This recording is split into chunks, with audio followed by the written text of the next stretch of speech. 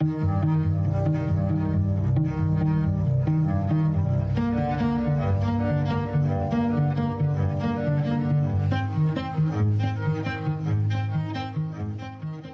everybody, and welcome to the Spoiler Warning Podcast. This is review number 691 with our review of The Power of the Dog. I'm Christopher Schnese.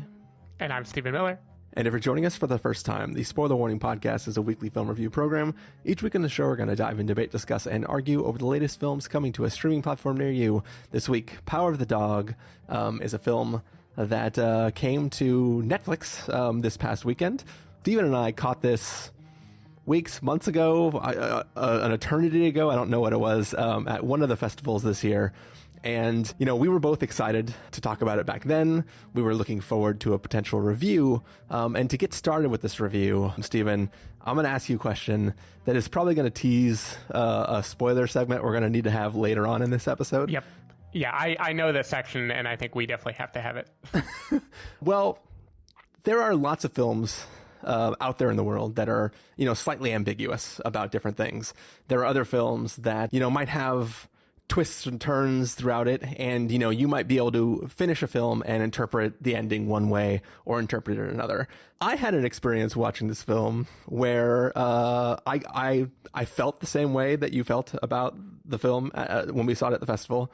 And then I was getting ready to watch it again for this review, and I learned that I fundamentally misunderstood the entire film. So far, like, to the point that it feels as though I watched The Sixth Sense and didn't even see the twist, and somebody told me the twist now, and then I just rewatched The Sixth Sense. What? And it fundamentally changed. Like, what I know now, having rewatched the film, literally changed every single scene in this film. And I do not know what to think about this film. And I want to ask you, Stephen, how do you talk about a film when you're not even sure what to believe anymore? See, I thought you were going to say, how do you have a non-spoilery conversation when the whole film is tinged by a thing that is fundamentally a spoiler that you know now because of a second watch. We will get into it in our spoiler segment, but it's not, it completely reflavors literally every scene that certain characters, like every facial tick, emotion reads completely differently during this rewatch, and it's like it is fundamentally broken my brain that I so much so I have other theories about certain characters which were not even on the table for me originally, and I'm just like, oh my god, this is not even this. It's not. It's like, that's why I compared it to The Sixth Sense. It is fundamentally a different film to me now, and I don't know how to reconcile these two watching experiences. And it's just kind of like, I mean, I think in terms of considering the art of the movie or something, I know this is the cliche everyone says all the time, but the fact that it holds up to different interpretations, I would argue it doesn't when taken as a whole. There is one clear interpretation of this film, but the fact that the actors and the way scenes play out can work in two very different ways is a strength of a movie, not a weakness. And you don't need to... The fact you can take the meta fact that the movie changed and still plays differently as a thing to like about it, rather than be like, what is this movie now and how do I feel? I think the movie is both experiences that you had. It can't just be the knowledgeable one that you had. Yeah. It is true. This was a very strange experience of watching this film, because I've literally never had, and it's not just like rewatching The Prestige, where given certain bits of information, it recontextualizes all these moments throughout the film for you in a way that is like, oh, clever, I see what you did. This is like I watched a different movie. It's like I had illegally downloaded a foreign film and tried to download subtitles from a fan site and accidentally got the wrong movie, and somehow they lined up enough that I was like, yeah, that was pretty cool. And then now I'm watching it with the correct subtitles, and I'm going, oh my god, this is not the same movie at all. See, I would say this is kind of like the opposite of my Calvary experience, where I missed the clear statement of how it would end, and so I read the movie as a subtle buildup of dread going somewhere no one could know, and then in reality everyone else who watched it like knew where it was heading, and now it's like you know where it's heading, and so you perceive it differently. But yeah. I'm very intrigued because you texted me shortly before. I had assumed you rewatched the movie already because you texted me talking about that, and that inspired me to rewatch the movie with Joanna. But what you texted me, I was shocked that had been your interpretation originally. And then I'll say, when I watched this movie with Joanna, she not only got it immediately, but she saw it as foreshadowed long before I did in my first rewatch. So it made me it made me feel dumb. Yeah.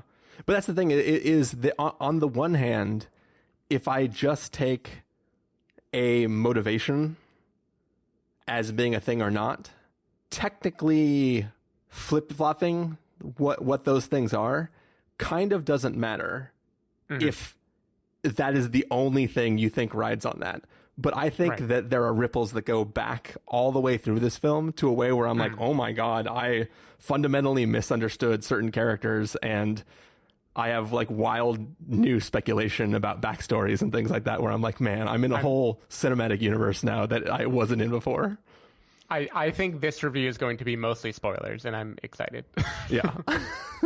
All right. Well, we can't just jump straight into spoilers. We have to talk for the folks that haven't seen this film yet. So what do you say, Stephen? We take a listen to the trailer for The Power of the Dog, and then we come back and give a brief non-spoilery review.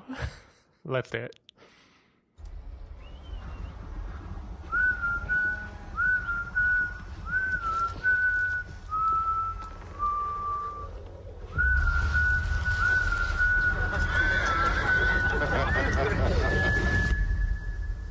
He's just a man. Only another man.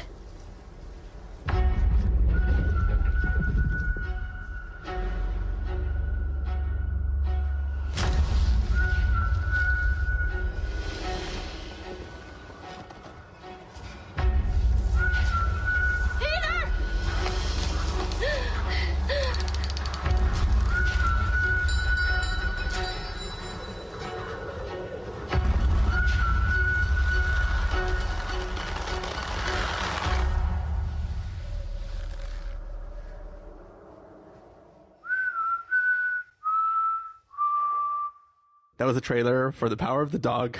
It is a story of two brothers who are ranchers, and it sort of follows the relationship that those brothers have and how those brothers interact with each other as the familial bonds start to stretch out from there, and new people come into the life that used to be just the two brothers. Yeah, that's fine. That's good enough, right? Sure. Stephen Miller, what did you think of this film? So even on a rewatch, I felt very similarly to how I felt after watching it at TIFF, which was that I loved this movie. I thought it was great.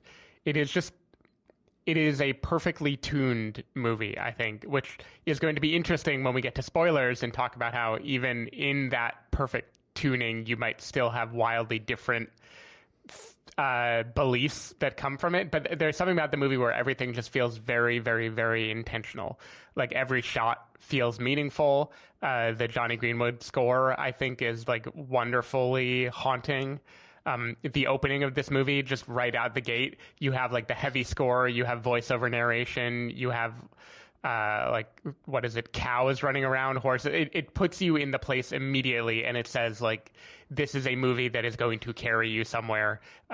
Get swept up in the journey, you are in good hands. And I felt that again immediately rewatching it. I was kind of delighted this time around to get to see all the little clues that Jane Campion places everywhere, little things that really tell you that the movie could only go the way that it eventually goes. I think it just feels like a movie that was perfectly constructed.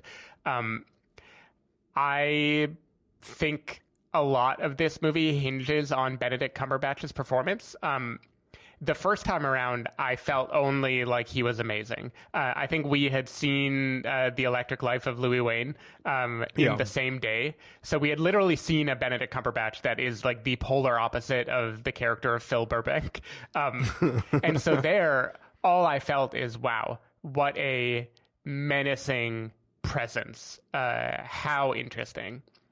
And this time around watching the movie, I still think he's fantastic, but I think he's fantastic in a way that like goes against the type of the character to get to the heart of who the character.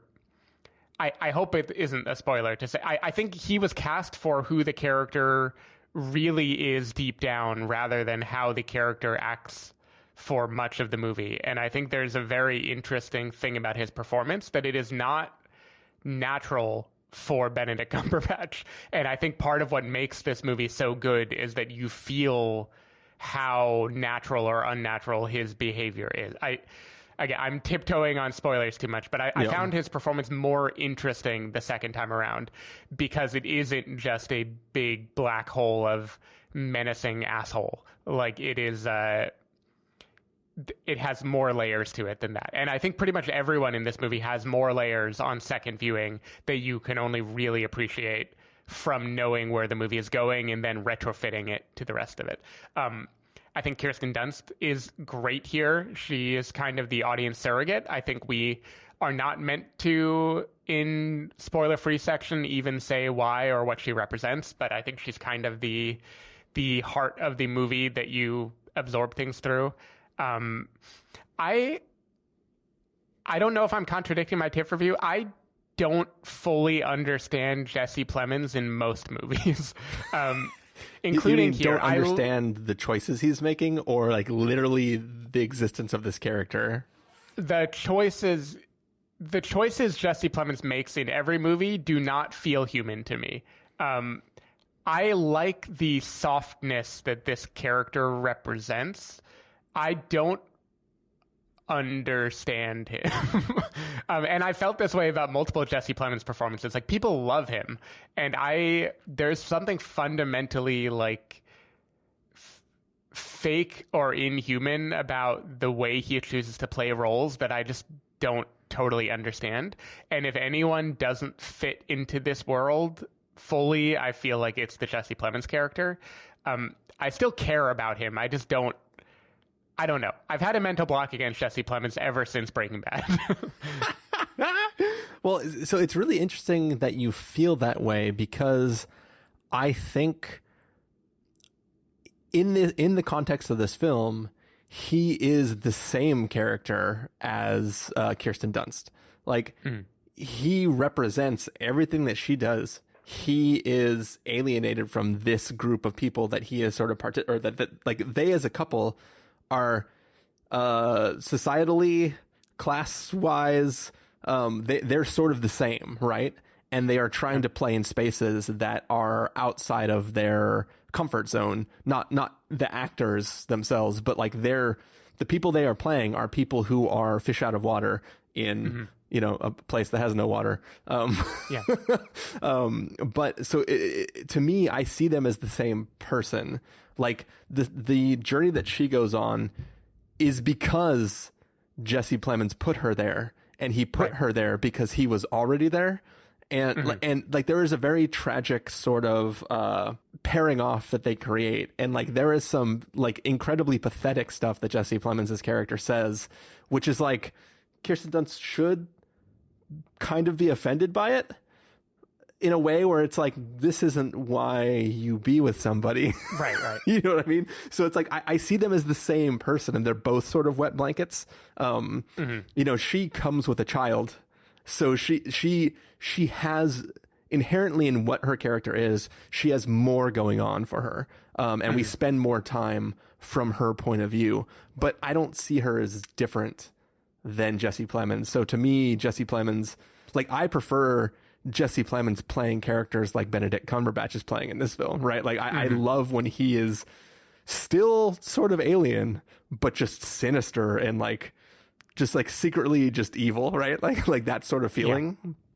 But in this one, I kind of just see him as tragic. So Yeah. No, yeah.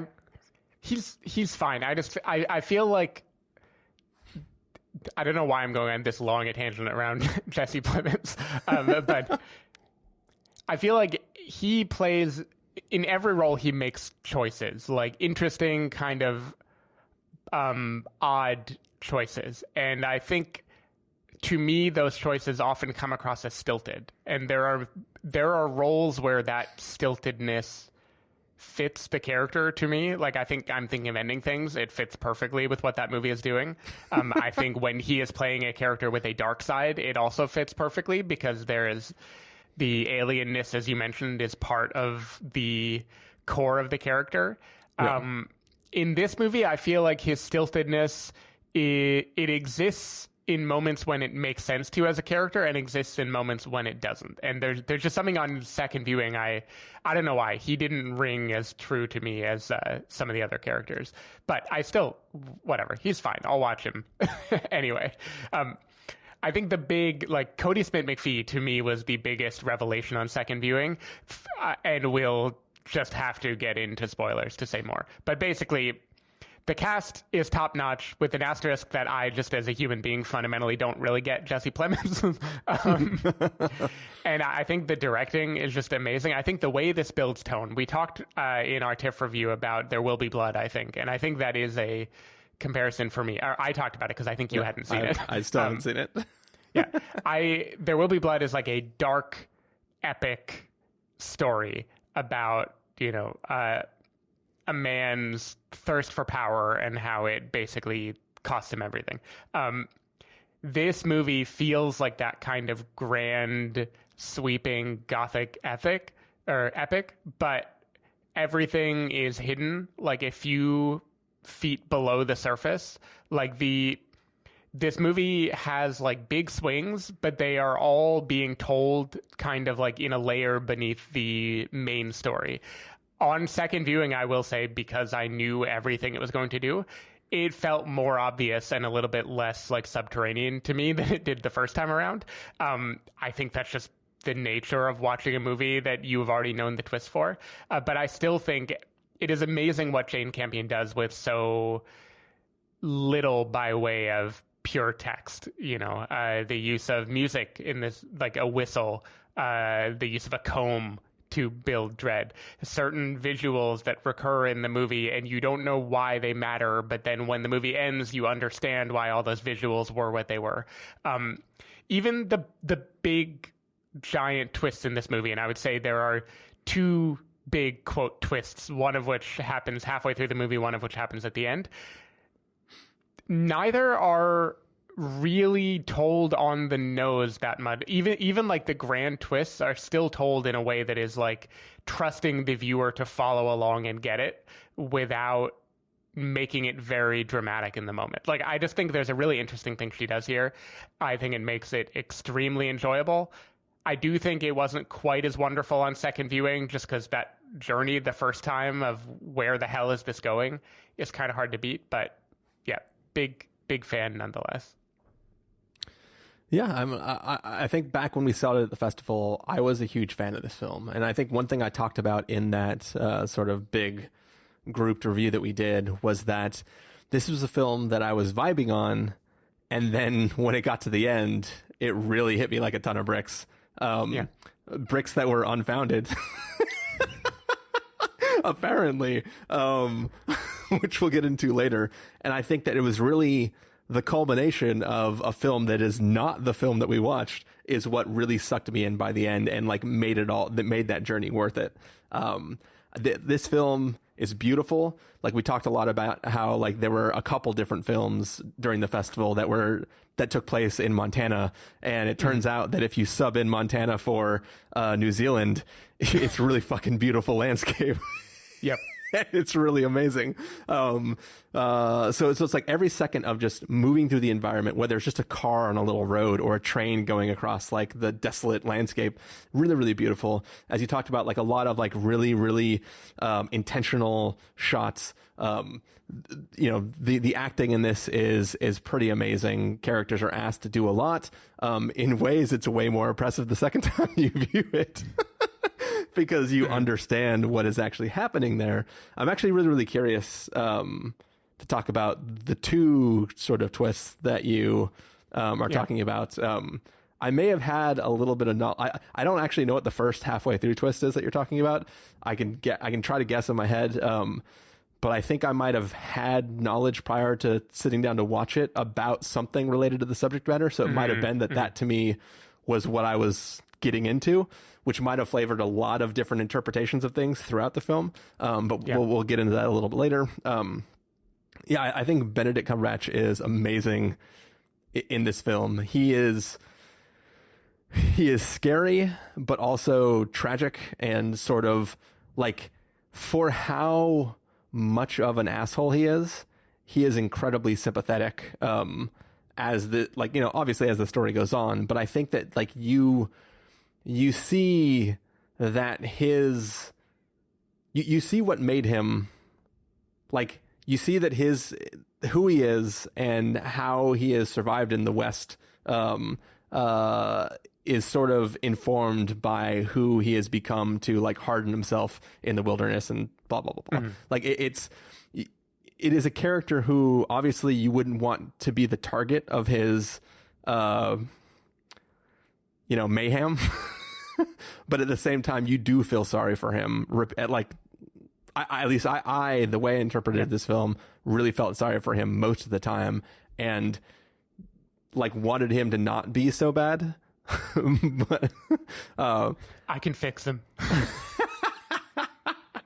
But yeah, I really, really enjoyed it. On second watch, I just can't talk in a non-spoiler way, because it's literally a different film. It is not even the same film. The backstories are different than what I assumed, and characters are not. They're not playing the roles that I thought they were. And we'll get into that. The big question is, did I like the film as much the second time, or am I just confounded by, like, how different this story was that I was watching the second time than it was the first time? And not in an aha moment, in a, like, oh my God, this is the story. Like, am I okay? How is it so different on round two? No, it seriously feels like it. And like, what I chose to text you before I had sat down to watch it was specifically about one key thing that happens in the story. I have been purposely vague about all the other things surrounding that, because I wanted to have that time to sit on the podcast and actually hash through it with you. So hopefully once I explain it all, you'll be like, oh, that is a different movie. I feel like there was a movie we reviewed not that long ago where you had, like, a very deep, interesting interpretation of the film that was not the text of the movie at all, and then you were upset because you felt like it betrayed it at the end, and I was like, that was never what the movie was about. I don't remember what it was, but yeah, in my defense, I want to blame it just being festival brain, where it's like, right, you're watching 4 to 6 films per day, and then in the middle of it, you're like, all right, let's see what this is. Oh my God. Yeah, no, absolutely. And because I also, again, this is probably frustrating for viewers, because I'm just going to say again, we'll get to it in spoilers, and they're like, yeah, we know we're going to listen to spoilers anyway. But there were things that I thought were, like, twists that you only get, like, in the last, like, shot or two of the movie, that it turns out a viewer who was, like, awake and not in festival brain probably would have gotten, like, in the moment instead. Yeah. And so there are some things there where, yeah, like, watching 4 to 6 films a day every day for, like, 2 weeks will do that to you. So I get it. All right. Well, should we get to verdicts for people who aren't going to stick around for spoilers? Yeah, let's do it. All right, Stephen Miller, if you were going to give us a must-see, recommend with the caveat, wait for rental, pass with the caveat, or must avoid, what would you give it? Still a must-see. This is easily one of my favorite movies of the year, and I think it just is extremely well done. It feels more like a, quote, real movie than almost anything else of this year. And I don't know exactly what I mean by that. All I know is even movies that I loved this year feel indie, they feel small, and this is like a fucking movie. And I am very impressed that it manages to feel so big and sweeping and still have the kind of haunting character moments that it does and still twist the knife in such a precise way. I just think it is just an extremely well done movie, and I think anybody would like it. I have trouble imagining an audience member going in and disliking it. I'm sure they exist. I just don't understand how. I'm going to stick with my must-see review from the festival. Because, I mean, I feel like that's the most appropriate way to review it, right? Like, the first time you saw it, what did you actually feel about it in the moment? Yeah. That is this. Once again, on rewatch, it doesn't change my opinion. It's just I have a new, fresh opinion on a different film. It's like I watched two movies back to back, and now you're asking me how to rate them both as a collective work. You have festival brain just from this movie multiple times. Yeah.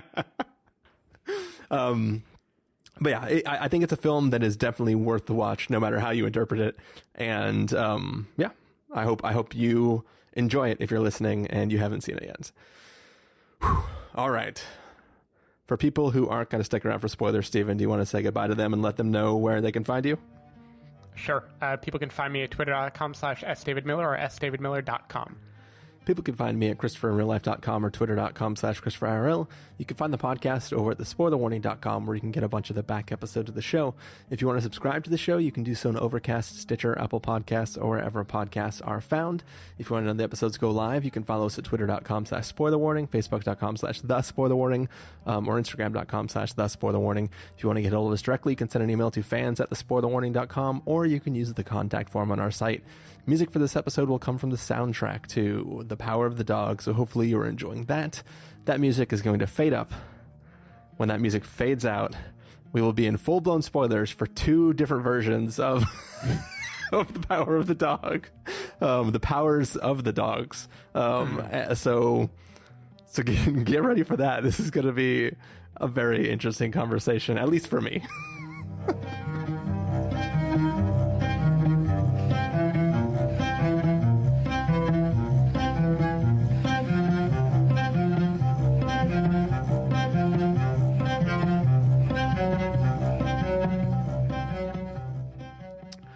All right, we are back.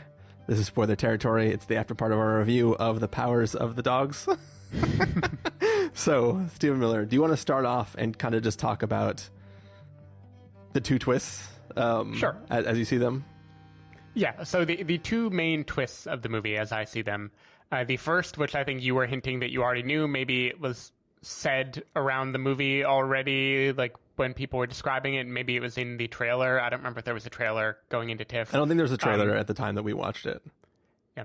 So the first one is that Benedict Cumberbatch is not only an asshole, but he is also a closeted gay man. This for me was received as a twist.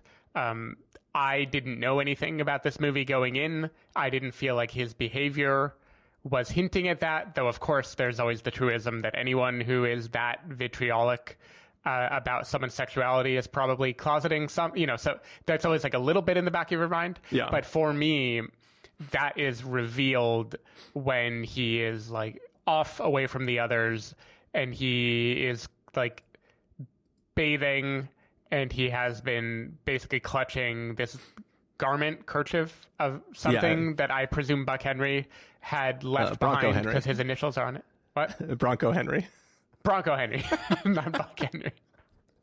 But anyway, so that for me was received as the first big reveal of the movie. Yeah. And that isn't like the mind-blowing, holy shit, I didn't see it coming reveal, but it is, it's a big plot moment in the movie. Yeah. And it contextualizes a lot of his behavior.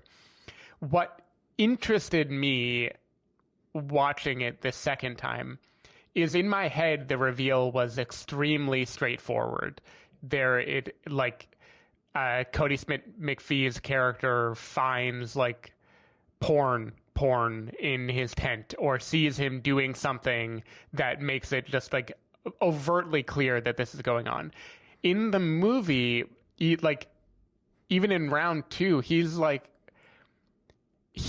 like caressing a piece of cloth, but it isn't sexual in nature necessarily. Like, the cloth has been tucked in his waistband, but there's nothing that... He goes full Gawain on it, almost. Sure, yeah. But there's nothing that, like... Yeah, he definitely goes full Gawain. You want the scarf?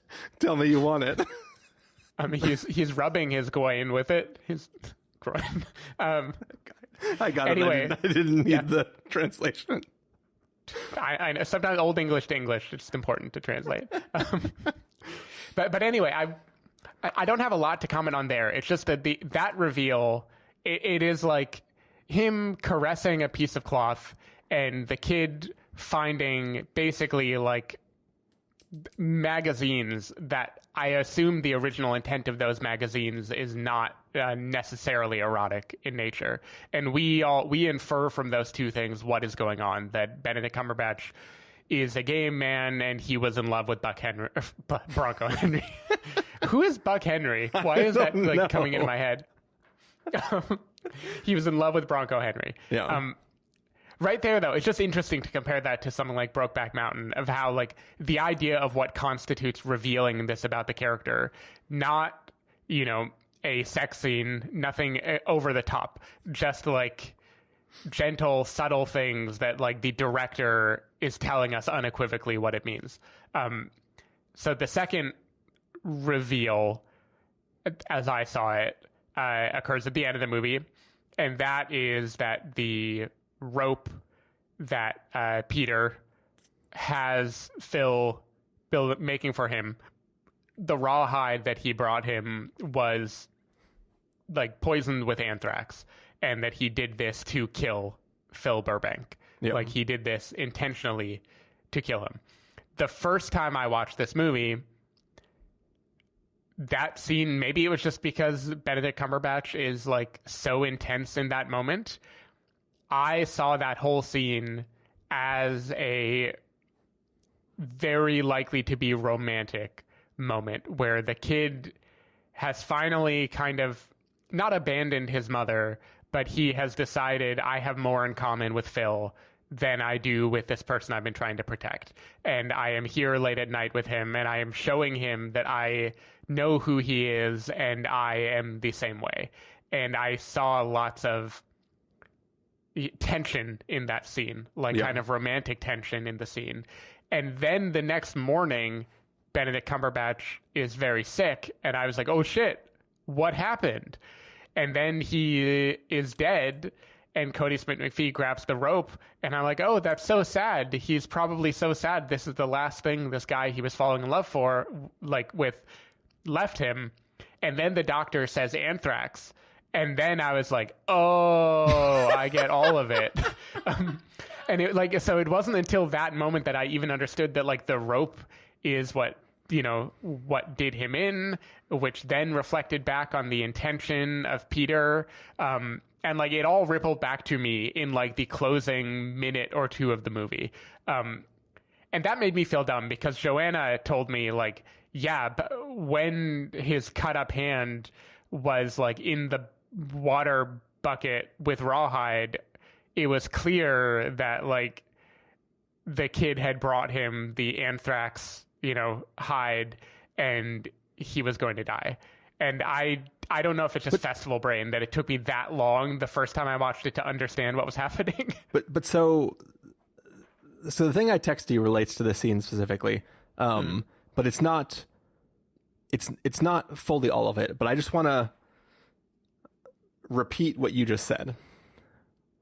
What you just said and what Joanna saw, and I know you're just paraphrasing, so these might not have been her exact words, but what she said in your paraphrasing was, when his cut up hand was in the water and he had brought him rawhide, I knew he was going to get infected and die. Yeah.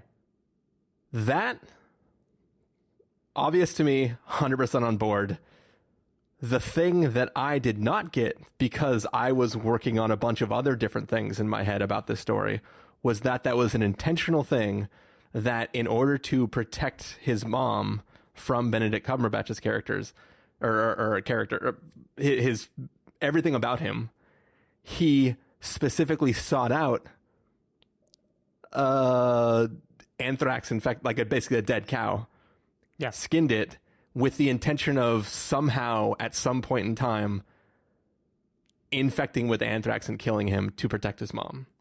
Yeah, those are two completely different things. Like, to me, it was obvious and tragic, and like I knew that's where it was going. Like, the second he cut his hand, I was like, this motherfucker is going to die of anthrax. I was on board with that. What I was not on board of was the malicious act that the kid took, which we can get into more in just a bit. But like, to me, that was the only thing I was missing. No. Yeah, I understand. I understood that from your text. Yeah. To me, the first time watching it, those two revelations came in unison. Like, I couldn't have one without the other. And I think to Joanna, both of those things, that he was going to die and that it was intentional, came at the same time also. So I think for both of us, the two were one. Yeah. And it's interesting because to me, like, the retroactive thing happened where the moment I realized, oh, it was the rope, then I remember, oh, the camera lingered on the kid's gloves. And then I remember, oh, the kid has been reading medical books and he's like in medical school and he's like a doctor in training, and on and on and on. And like the aha moment immediately reveals motivation as well. Yeah. So I'm curious how you kept the aha moment and didn't feel motivation. For me, the reason I kept it is because I was watching this film as a cyclical tragic tale of a person, Bronco Henry, takes a young man who is sort of just learning about his own sexuality, takes him under his wing, and teaches him how to survive in the Old West, and teaches him how to, quote unquote, be a man and not be somebody who is going to be picked on by other cowboys and stuff like that. And he becomes this mentoring figure who goes, I see you, I know you, I will protect you, and then dies of anthrax. Like, because Bronco Henry also died of anthrax, which is the reason why Benedict Cumberbatch is so, I don't touch dead animals and stuff like that. See, I didn't catch that part even on round 2, that Bronco Henry died of anthrax. I'm almost 100% certain, unless I'm just like reading too much into it, but I'm pretty sure that like that's the whole thing behind. I swear it's like an offhanded statement he makes at some point in time, which might have been the moment he gives the idea to the boy. But so what I'm watching is a story that is simultaneously tragic in this boy finds somebody who will teach him the ways of the West. And when I say the West, I'm just talking about in general, like cowboys type of situation. Yeah. He teaches him how to be a cowboy. And just when he's starting to learn everything, this mentor person is taken from him. On the other side of that coin is this man who is a hardened man who can't let himself love anything, decides to take this person under his wing and tries to be his Bronco Henry, and is killed by the first act of genuine compassion for this person. So to me, that is a story that I'm watching of this cyclical nature of a person finding a person who can understand them and then losing them for a reason that wasn't like to me, that tension that you felt when they were making the rope, it is charged sexually in that moment. But I don't think that there is even attempting of romantic nature between them. I think that Bronco Henry was just a caring cowboy man. I don't think that there was any actual relationship that ever happened. Relationship in the capital R sense. Like, I think that when Bronco Henry saved his life in that winter moment, I think that's when Benedict Cumberbatch realized how he felt. But I think that they maintained a platonic relationship, and that Benedict Cumberbatch was always in love with Bronco Henry, and Bronco Henry was just a person who saw Benedict Cumberbatch for who he was and watched out for him and taught him how to quote unquote be a man, and basically molded him into a person that is not going to be put upon by other people for who he is, right?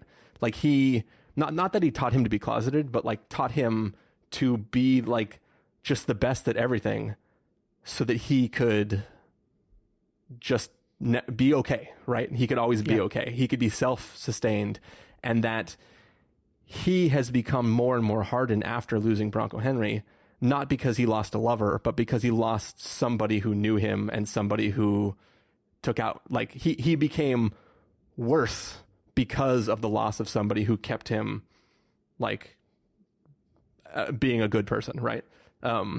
So when I see that interaction between the kid and Benedict Cumberbatch, I didn't ever worry about something happening there, because I felt it was higher than sexual desire, right? It was we see each other. I'm going to do for you what Bronco Henry did for me. And that was kind of how I was watching this film. So at the end, it just felt like this, he lets his guard down and then dies because of it. This kid finally has somebody, like that kid, we know he doesn't have a father around. You know, like it's somebody steps into this role that takes every role of an older man that he could possibly have. Like Benedict is potentially taking over for him in that moment. Yeah. And then he loses that because of this gift that he was being given. So to me, that's the story I was watching, which is powerful on its own, in its own way.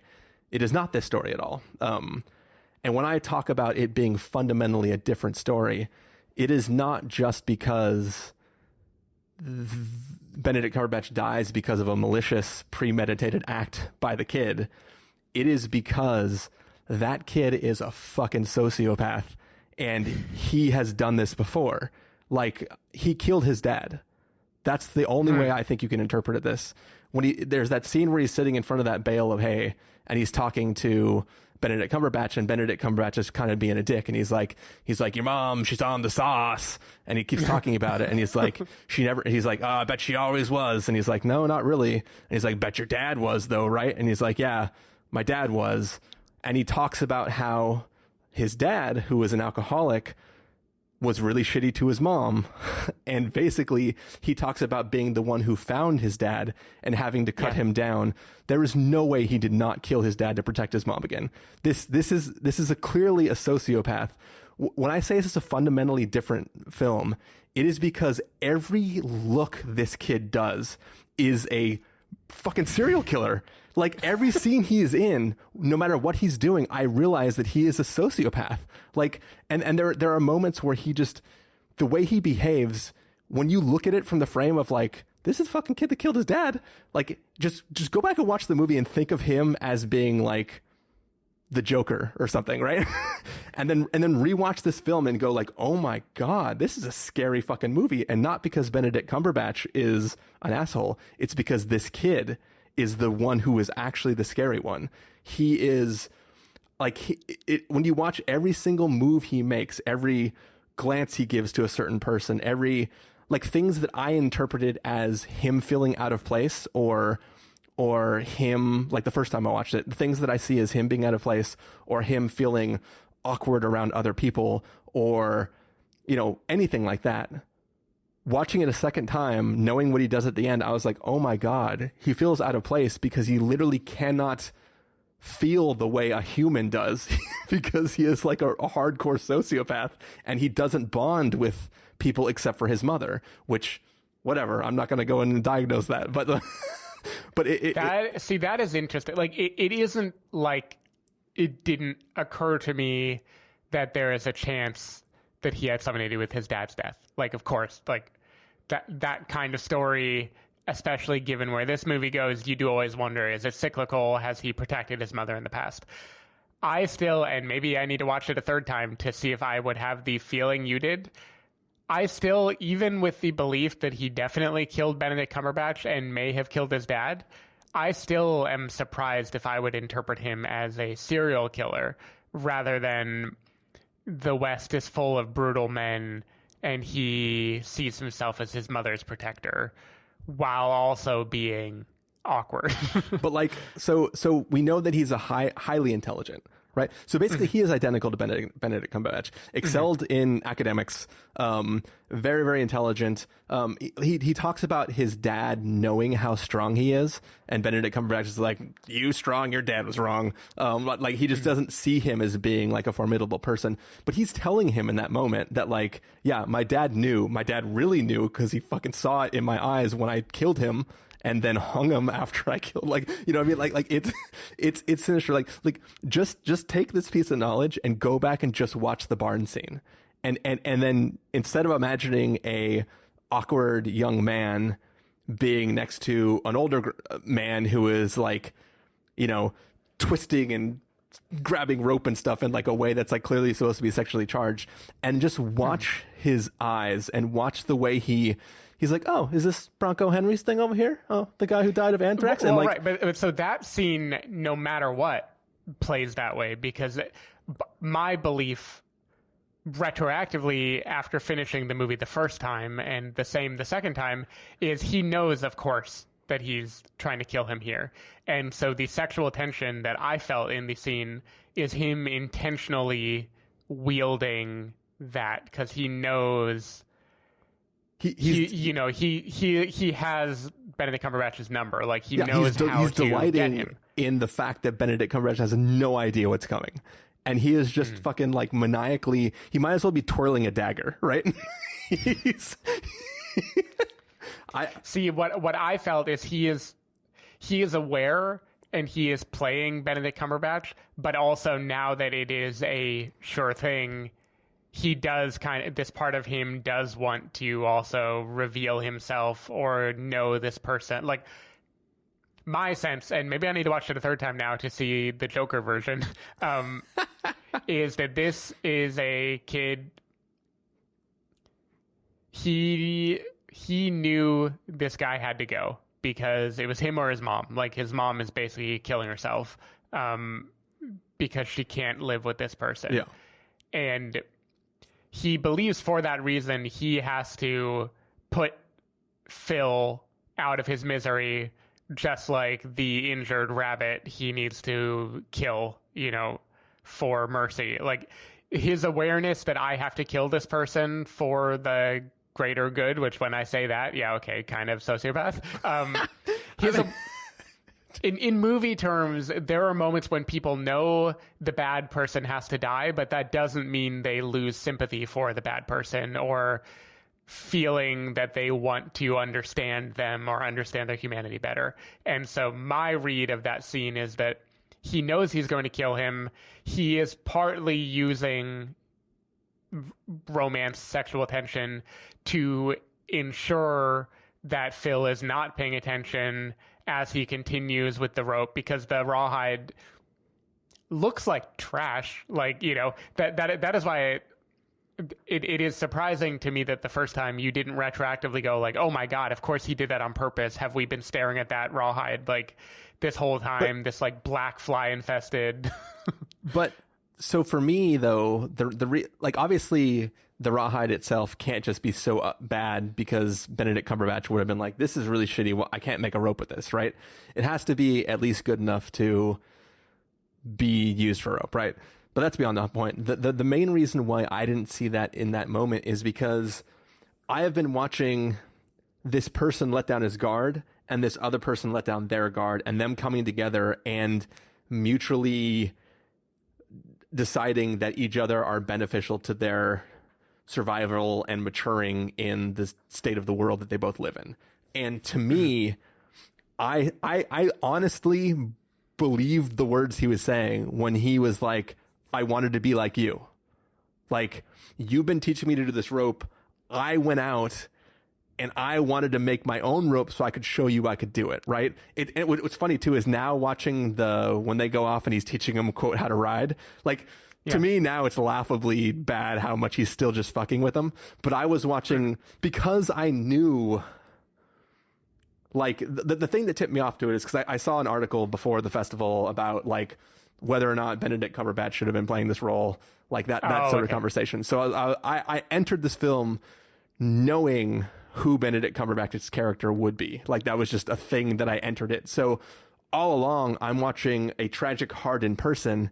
In the back of my head, I'm really worried about what's going to happen.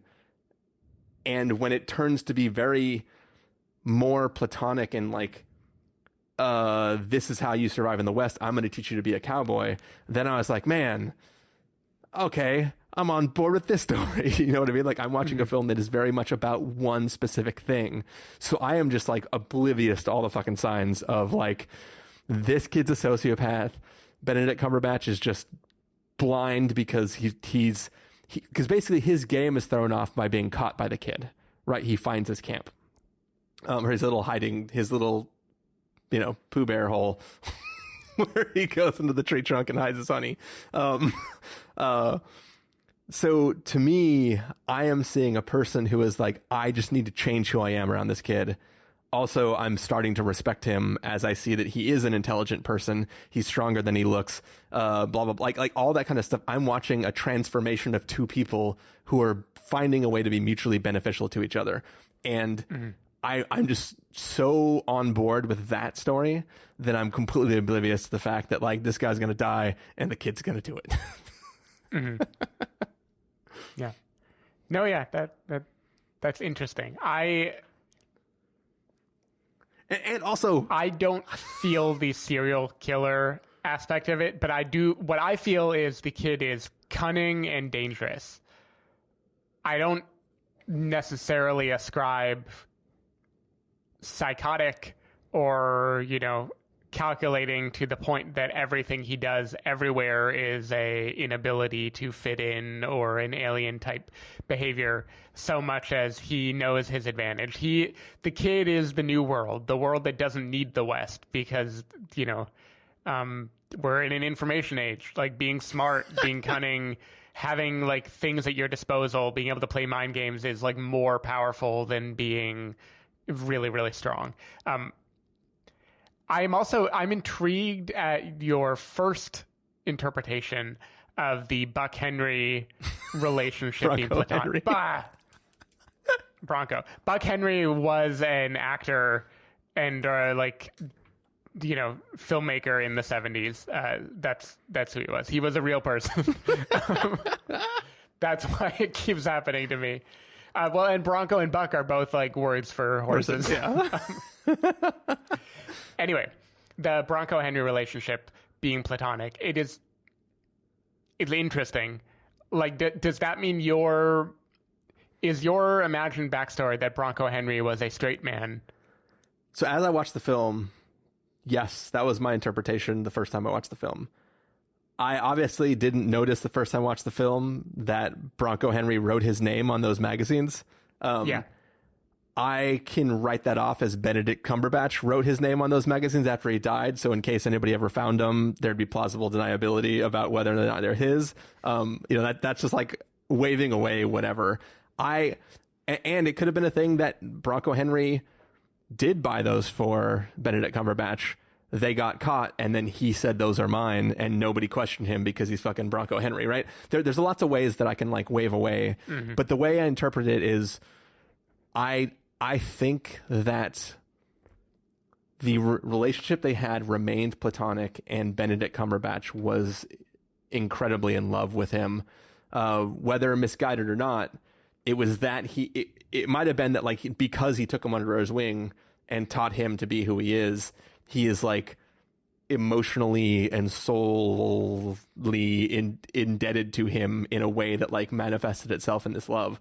But I don't think that the romantic love that Benedict Cumberbatch had for Bronco Henry was reciprocated by Bronco Henry. That was just the feeling I got from the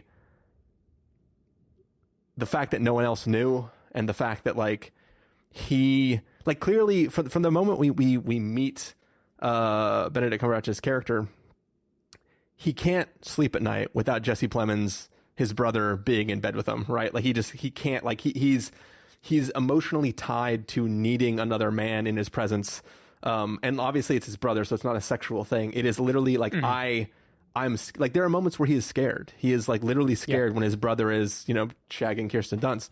Like he doesn't know what to do. And he, for a man who is so like rugged, I'm a cowboy, like for him to be just cowering in the dark at night, if his brother isn't around, like clearly there is something that is not just the absence of a lover, right? It is, he needs something to keep him going. And I think that Bronco Henry was all of those things to Benedict Cumberbatch, but I don't think that I don't think Bronco Henry was like in transactionally, I don't think they were lovers. I think that it was a one-way love, and Bronco Henry was just like a cowboy. Yeah. See, so that is interesting. So I have a comment and a question. They're not related, but they're both about questioning your narrative of Bronco Henry. Yeah. Comment is Benedict Cumberbatch makes a lot of he says a lot of things to the effect of, he taught me how to see things differently. He saw things a certain way. It was the way he saw things that seemed to me more transformative about things about life he showed him than just how to survive in the West. And my question is, what was Jesse Plemons' relationship with Bronco Henry? Because I feel like in the beginning of this movie, the tension between Benedict Cumberbatch wanting them to cheers the last 25 years and the anniversary of their first ride with Bronco Henry and everything, I feel like Jesse Plemons not just like isn't getting it, but is actively averse to it. And I'm curious if because to me that subtext could mean Bronco Henry was not only in a quote relationship with Benedict Cumberbatch, but was in fact abusive, and perhaps the two brothers had experiences with him that shaped them in different ways, you know?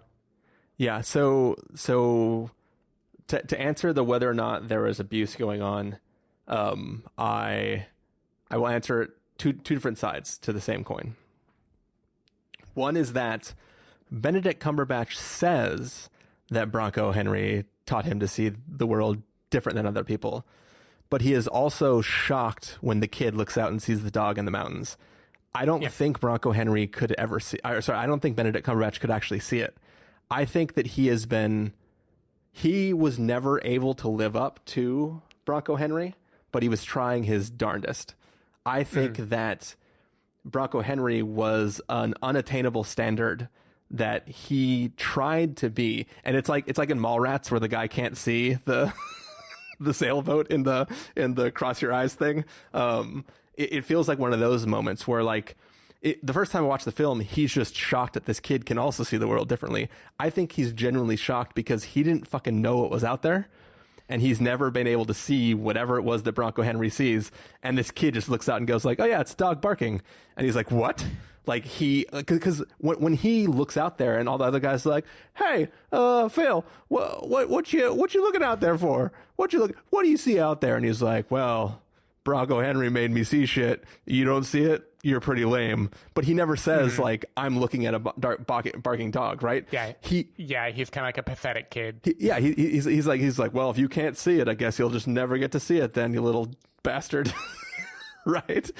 So it feels like he, it just feels different. Right. So I think that he literally never could do the things that Bronco Henry does. And he is like shocked to see that this kid has the gift or whatever. Now to talk about the relationship of the brothers with Bronco Henry, I think that Bronco Henry knew who Benedict Cumberbatch was. All the stuff surrounding like how Benedict Cumberbatch feels.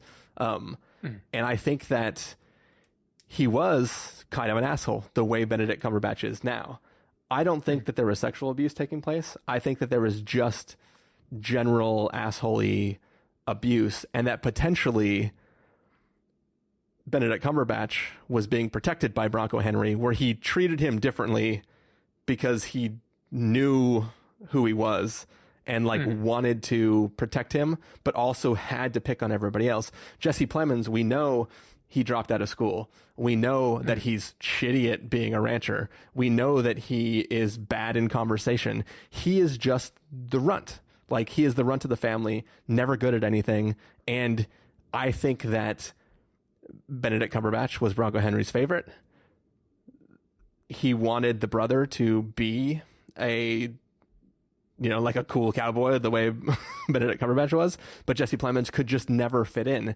And I think that like any child who dislikes their father or whatever, right? I think that's the equivalent relationship that Bronco Henry had, where it's he doesn't see him as this great man, and he doesn't understand why Benedict Cumberbatch did see him as a great man. And I don't think it's anything specific. I just think that now Jesse Plemons is a person where the only thing that he can do, period, anywhere, is to be the guy that has the checkbook and pays the tab and does the books for the cattle herding and all that kind of stuff. And I feel that Jesse Plemons' character just never found his lot in life. He was luckily born into a family that was wealthy and was able to make do, but he's never had a thing that was his own. He's only gone along with whatever the family does. And the first time he finds something that's his own is finding Kirsten Dunst's character. And I think that I don't know if that answers your question, but I just found him that his brother calls him Fatso all the time and talks about how shitty he is, right?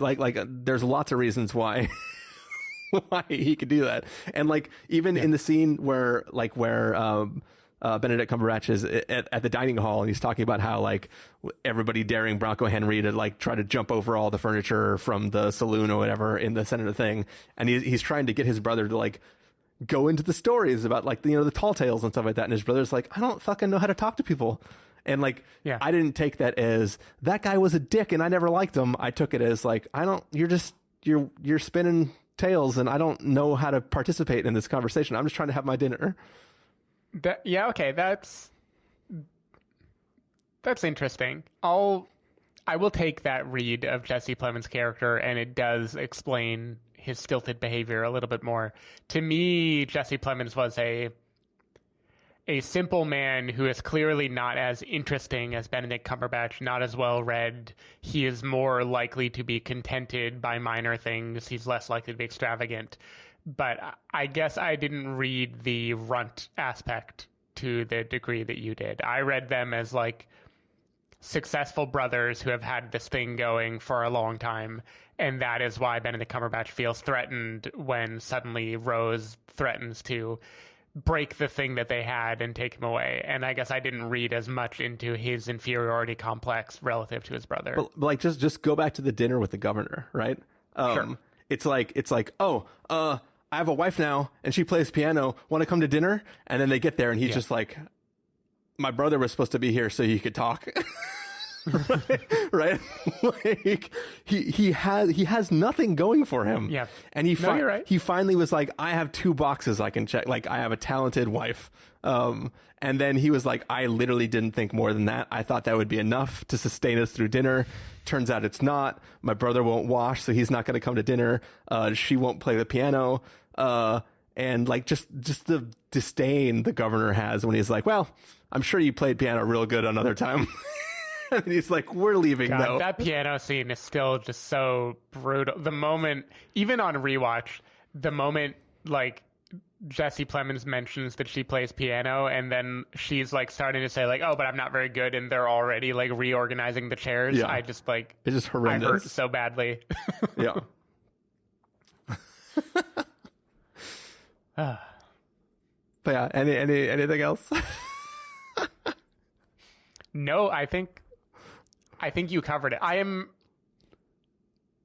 know you don't have an answer to this question, but don't you feel, because I think you agree, there is no version of this movie that wants you in present tense to believe the kid is a serial killer who is plotting to kill Benedict Cumberbatch. I'll go one further in the opposite direction. I think at the end when he's staring at the window holding the rope and he's looking at that's the other thing too. It's a fucking rope. His dad supposedly hung himself when he's talking about like, oh yeah, I never made a rope before. I was like, that motherfucker made a rope. Like like it just feels so. You don't have to make a rope to hang someone. You can just buy a rope. No, but this kid is such a sociopath. He wants to make the rope. But no, but the serious comment I wanted to make is at the end when he is standing in his window holding his rope and his mom and Jesse Plemons get out of the car, and they're standing there, and then like she reaches up and kisses him and he's looking out the window. There is no way he is not contemplating whether or not Jesse Plemons gets to continue to live.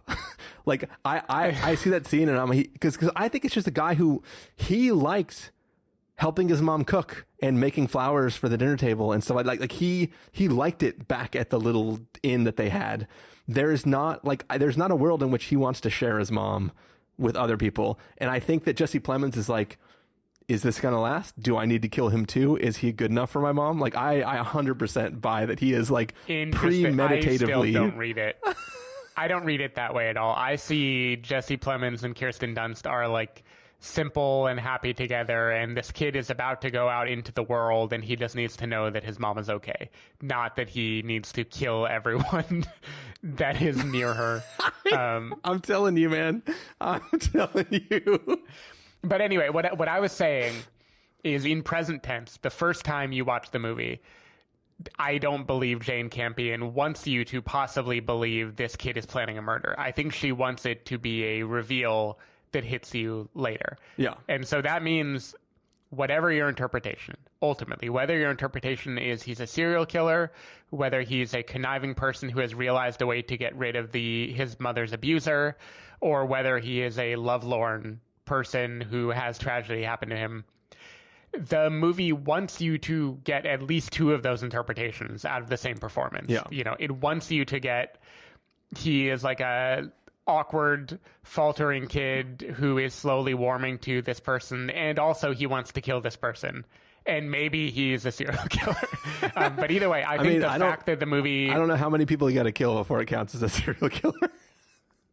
The fact that this movie can be like the face and the vase at the same time with those performances, I think is like really impressive. And that is like the meta aspect of the movie that I think is interesting, even if you liked one interpretation more than another. Yeah. Like they're both there. Both of the interpretations are there, at least for the present tense viewer to enjoy. Yeah. And I think that is intentional. And I think in that moment too, like even when I like outside of my new theory, which is he is just a sociopath and like this was the inevitable end to how it was ever, like it was just the only way this thing could end. Before that moment, even when thinking back, because I read a thing talking about, so the thing that I haven't stated yet is, I kind of hinted at it in the text that I sent you, was that like I specifically saw an article about the ending to the film, and I wanted to read it because I wanted validation for my theory that Bronco Henry and Benedict Cumberbatch's character Phil were not lovers. Like that was the kind of thing that I was looking for, and then I was surprised that the kid just like premeditatively killed Benedict Cumberbatch's character. Because at the time, for me, there was a moment where like it was still hard retroactively before I rewatched it. It was hard for me to accept that because to me, he comes back. They've had, which at the time I thought was a good outing. Not a Bond villain telling you his plan right before he murders you.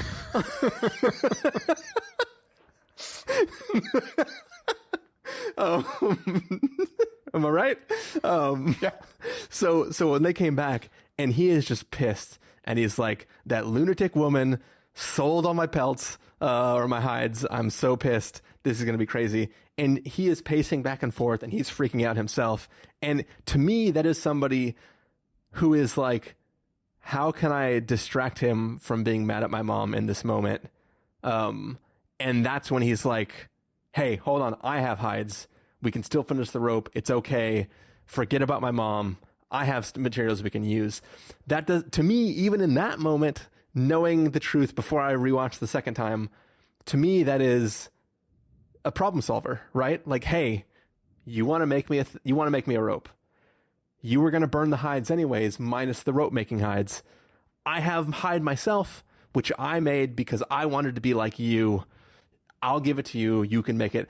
There's even a scene where he's pacing back and forth and he's looking at the rawhide that is already cut into strips and is just drying on the thing. And he's like, do I tell him that do I show him that I did it? Because like, it just feels like he might think that I stole some too, and he might be mad. Like, right. There's a lot that he could be weighing in that moment. It doesn't feel like, now's my chance. I'm finally gonna kill the guy. See, I'm remembering now my first interpretation, which might still be it, but maybe the movie sprinkles more in, was that he is obsessed with death. You know, he catches the rabbit and cuts it open and freaks out Thompson McKenzie. You know, yeah. He's definitely obsessed with this stuff because he wants to be a doctor, and we are in American Gothic times, so everything is creepy. I think if you really pressed me, I would say that he got the anthrax hides not necessarily because it was to kill Phil, but because he wants to study like deadly things in general. He's just like intrigued by them. Yeah. And the moment that Phil is like going on a rage against his mom and trying to convince his brother to leave her, that she's a big problem, that this has to be solved, whatever, that is him making the decision, like, yeah, I'm gonna kill this motherfucker. And that is the moment that it shifts into a certainty, and him pacing back and forth in front of the rawhide is him like deciding that he's going to do this. Because I don't feel like he turns on any of the like more forward, I'm going to ask you questions, I'm going to prod you about your life things until that moment. I'm trying not to laugh. This like you just inadvertently reminded me of something, and I realized there's a third person he's killed in this movie. What? The friend that he makes at college. Mm-hmm. I think he literally killed somebody just to practice dissecting an actual full-size human being. Because remember, he's like, Mom, I made a friend. She's like, oh, that's great. You should bring him by the ranch. And he's like, nah, I mean, there's somebody here he wouldn't get along with, right? It just feels... No way. I'm not following your theory here. It's clear that he doesn't want anyone near Phil. I'm telling you, he murdered the kid at school so he could practice dissections.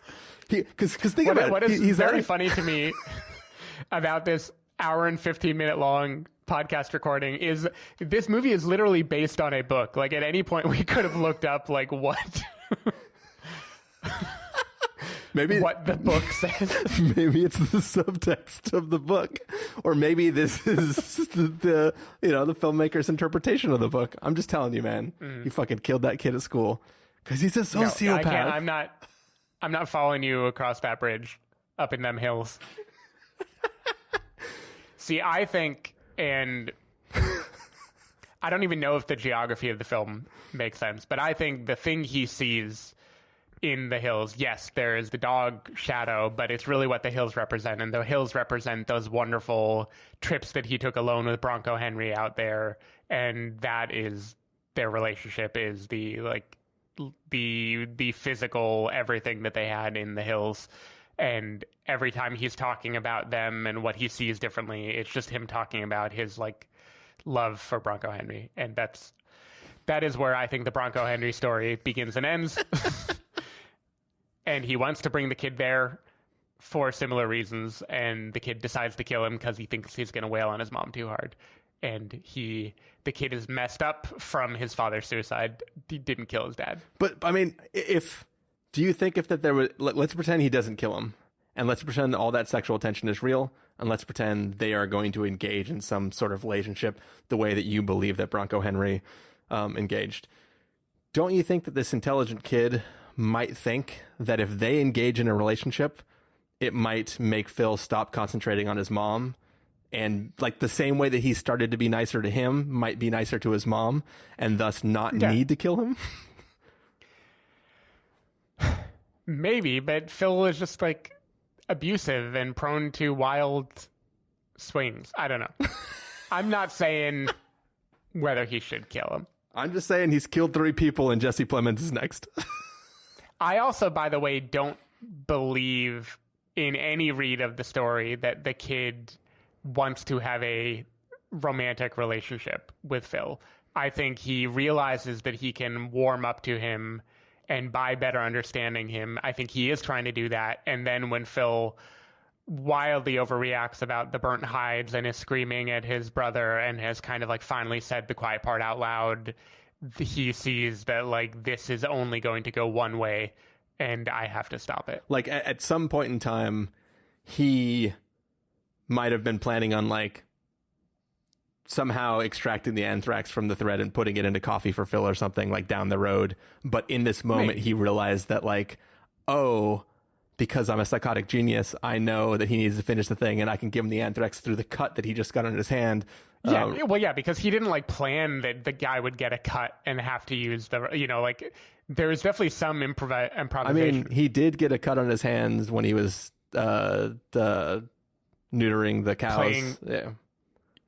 Yeah, he was removing the logs to see when the rabbit would run out. When he was cutting off the balls of the cows, he's like, man, you do this like 50 times a day and you cut yourself on the last one. What are the chances? So it's like interesting. But then when he's removing the wood is when like he gets the bad one where he starts bleeding. And the point I was trying to make is that he's seen him cut himself because he doesn't wear gloves because he doesn't think he needs to.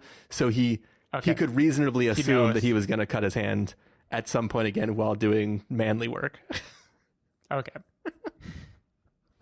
I'm just telling you, man. This kid's a sociopath. All right. Enough games. I still enjoy the film. Still think the kid's crazy. If you made it this far and you haven't seen it yet, watch the movie. Think about it in your head about him being a sociopath and then write in and let us know what you thought. Get back to us. You can be the third co-host. All right. Should we move on? Should we come on into our next review, Stephen? Yeah, let's do it. All right. Thanks, everybody, for listening. We'll see you in a bit. Bye.